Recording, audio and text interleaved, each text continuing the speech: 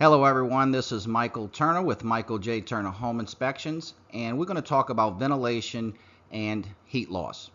The first slide shows what's wrong with this picture. It's new construction, but it passed code. It's a common phrase stated by contractors and realtors alike. It says, well, we passed code, so everything should be fine. Well, that's not true. Sometimes officials miss it, and if it's a third party, they tend to miss a lot. What we're going to talk about is ventilation. If we take a look at this section, we can see that this roof actually just kind of dead ends into this wall. Now below this is a dining room and a nice entertainment area with a fireplace and a TV above it. This is a bedroom here, bedroom and bath up here. There's no attic access. So for an inspector to actually go in there and look at the framing, look at the insulation, it's not going to happen. There's no access. But we're talking about ventilation.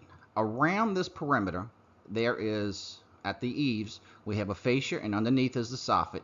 Below the soffit, we have perforated holes that bring intake air to go into the attic. Now we need a means to exhaust this air. So we want 50% intake, we want 50% exhaust.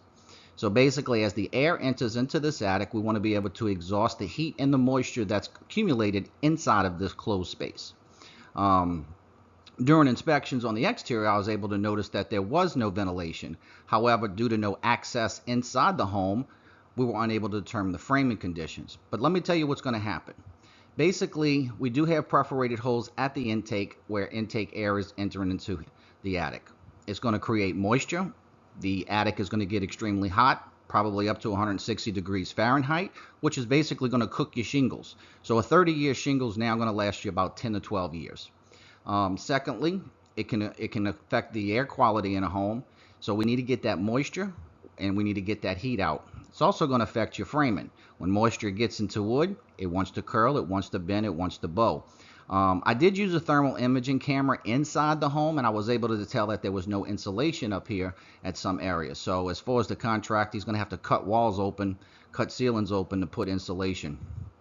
So we want to make sure that we have intake air. We want to make sure we have exhaust air. This is commonly missed. I see this all the time. Let's take a look at the porch. The same thing. We have soffit vents. We want to make sure we put a ridge vent here. Okay, now the upper section of the roof always had ventilation, but along the lower sections of the roof, we tend not to have them.